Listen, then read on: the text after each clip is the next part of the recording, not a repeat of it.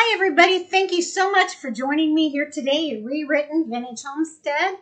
It's a Saturday, and what do homesteaders do on Saturdays? They work.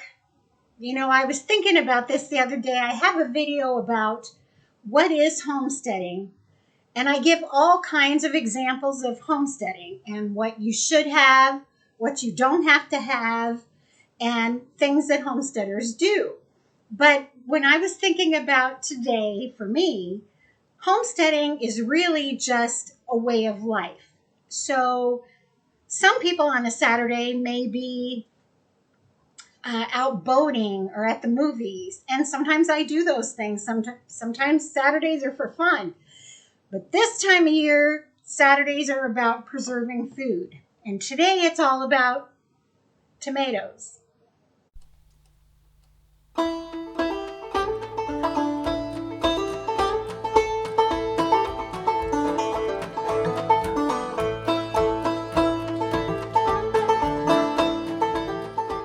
So I'm sure you guys heard on the news this week, and if you didn't, let me fill you in. Farmers in California are letting us know, they're giving us a heads up. Prices for tomato-based products and tomatoes are going to skyrocket in the next couple months. The reason for that is they've been having a severe drought in California. California has asked them to shut off their irrigation system several times a day. Because of conservation, water conservation. They need to make sure there's enough water to go around for everyone. On inflation and the price of gas, diesel, to get those products to us. And then, so they send their tomatoes to Mr. Pizza Man, and he's going to make pizza sauce out of it. Well, he had to pay extra for them to get it to him to make his pizza sauce. Now he's going to have to pay extra for labor, and then he has to pay the diesel cost to get his canned product to the stores. It's just going to trickle down to us. So as the farmers have been talking this week, I learned some things I didn't know. The farmers in California, their tomato products feed 1/4 of the world. So we're helping globally that way. But this was even more astounding to me. The tomatoes in California feed over 90% of the United States. And the reason that was surprising to me is I live in the Midwest, where everybody has a garden and everybody grows tomatoes. Well, a lot of people do. But there aren't any tomato farms here in the Midwest. You just don't see those.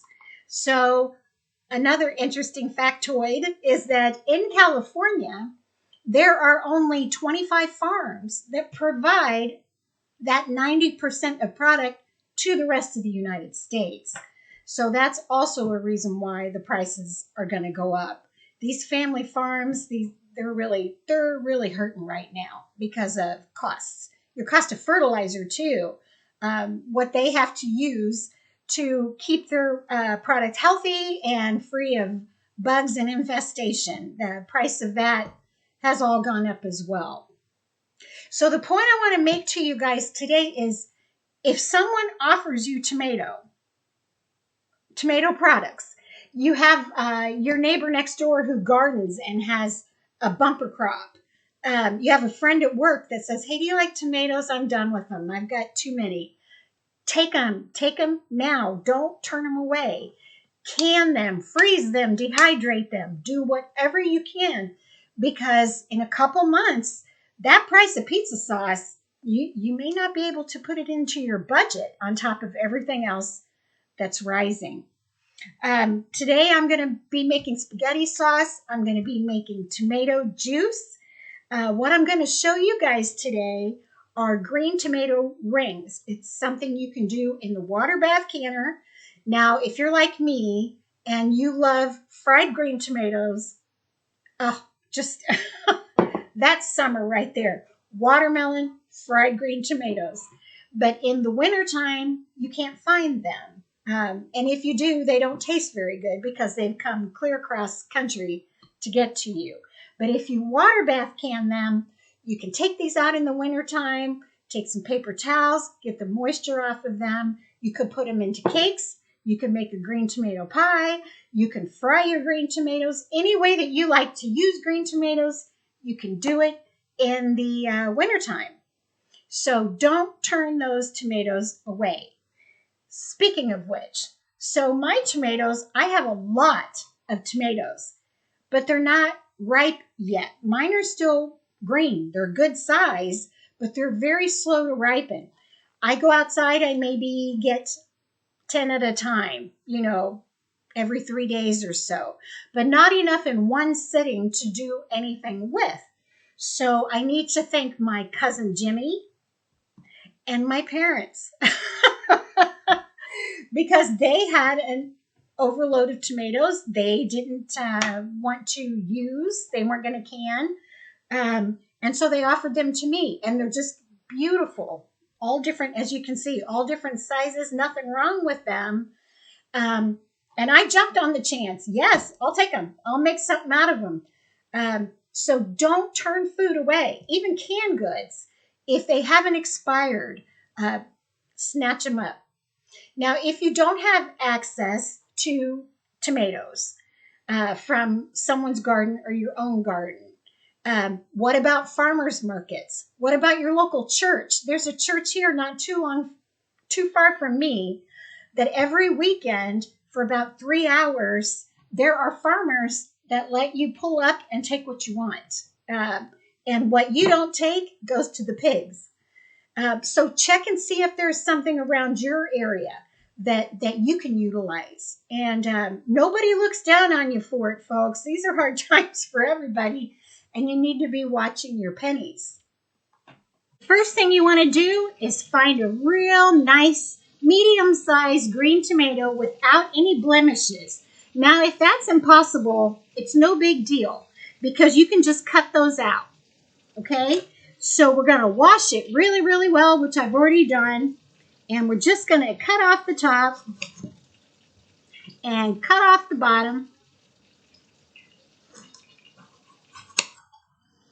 And then I'm going to slice this into about 1/4-inch slices. Some of you may like to use a mandolin slicer for this. I don't. I like to keep my fingers. I haven't mastered the use of that yet. I do pretty good with just the old knife. There you go. And so they're about 1/4-inch thick. Okay? The recipe that I usually follow says you need to cut out the core. I don't do that because that's the best part. So I'm just going to cut up all my green tomatoes here. I've got my jars. I'm going to use wide mouth jars. I've got those boiling on the stove, and we'll get to it. It's getting hot in here. I've got my lids and my screw bands simmering over here. Now, ball doesn't necessarily require you to do that anymore. You can put them on cold. I like to do this. I guess I was taught that way, and I'm a little paranoid about seals. So I go ahead and let mine simmer for about 5 minutes, and that sterilizes them as well. I got my bacon frying over here because I'm going to have some green tomatoes for dinner. And then over here in my hot water bath, I have got my jars sterilizing. I'm going to let that come to a boil, leave them in there for about 3 minutes, and then we'll start packing our tomatoes. Jars are very hot. And what I'm going to do is I'm just dropping these green tomatoes in here. Stacking them onto each other, and I'm going to continue to do that until they're about an inch headspace because it will expand. It's okay if your tomatoes aren't all the same size; they'll still stack nicely. Just be careful because your jar is really hot.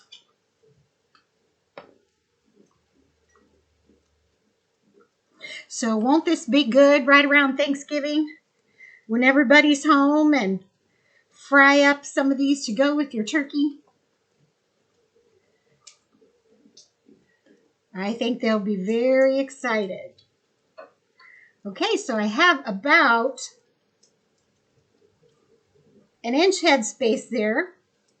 So what I'm going to do now is I'm going to add, actually I think I can add maybe one more tomato. There we go. That's better. I'm going to add some lemon juice, just your bottled lemon juice, a tablespoon.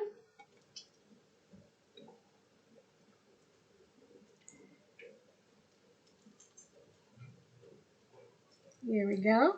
Tablespoon to every jar. And then we're going to add hot water. We're going to pour in boiling hot water until we have about a ½ inch headspace. So I'm just going to add the hot water. A little bit at a time. And then I'm going to take my little spatula here and I'm going to push out the air bubbles as we go. Just run it along the sides here all the way around to push your air bubbles down.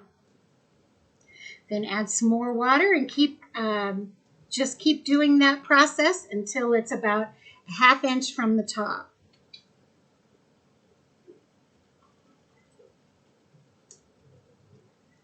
And you want to make sure your tomatoes are all covered. So make sure this top one is covered with water too.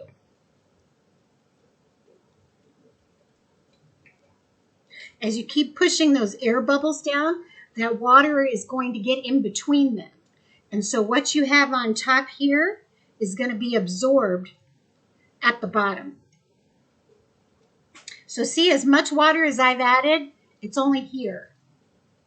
So you have to keep adding and pushing and adding and pushing until you get it where you need it.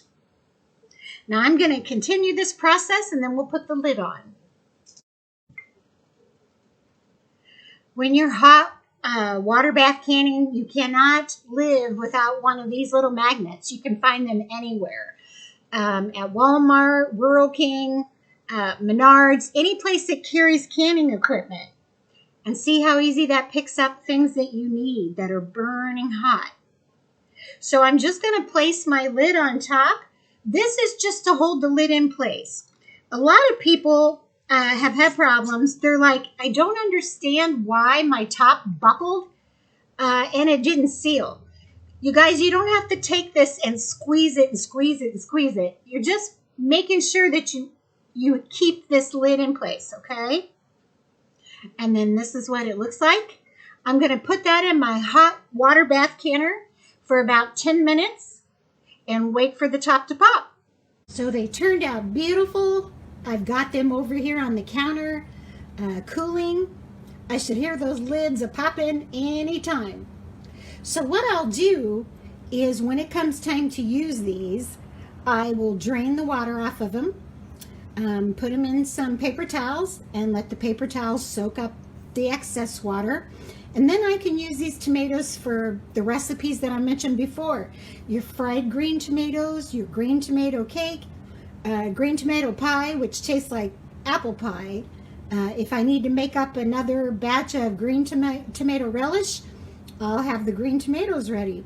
So don't let these beauties go to waste out in your garden. So as you're doing your tomatoes, whether you're making sauce or whatever you're using your tomatoes for, if you find a really good variety, like look at these huge beef masters, aren't those beautiful? And then I also have the Cherokee Red. I want to save these seeds. I cut up one of these yellow ones. So in case the price of seeds go up next year, I'll have my own. Plus I already know that these are going to grow well and they're going to do beautiful. So what I've done is as I'm cutting up my tomatoes for my juice, I take a paper towel and I just put it in a tray. I dig those seeds out and I let them sit there for just a little while to get the pulp off of them. You can't keep the seeds with the pulp and all that gunk on them. They'll go rotten. So then what I'll do is I'm going to take off and just rip up some little pieces of this paper towel. Do you see how the seeds are stuck? I have a little strainer here, and I'm just going to lay it upside down, and just like that, run water through it, and the seeds will separate from the pulp. And then I'm going to put them on a tray with another paper towel and let them dry out for several days and then put them away. So next year I will have seeds for the tomatoes I know are going to do really well. Now's a good time to go to Aldi and the dollar store and stock up on tomato sauce, tomato paste, spaghetti sauce before the prices rise. So if you don't have access to a garden or a gardener or a farmer's market or a church, go get you 5 cans while the price is still low and put them in your pantry and save them for this winter. That's something that everybody could do. So thank you for watching, everyone. I hope you have a great week and a productive week. Make sure to keep your eyes out on what's happening in the news so you know what to stock up on and what our farmers are facing right now. Try to give the green tomatoes a try. They're delicious and you'll love them in the wintertime. And keep working hard. If somebody offers you food, don't turn it away. See how you can use it and see if you have any resources around you that you can use to supplement what you already have.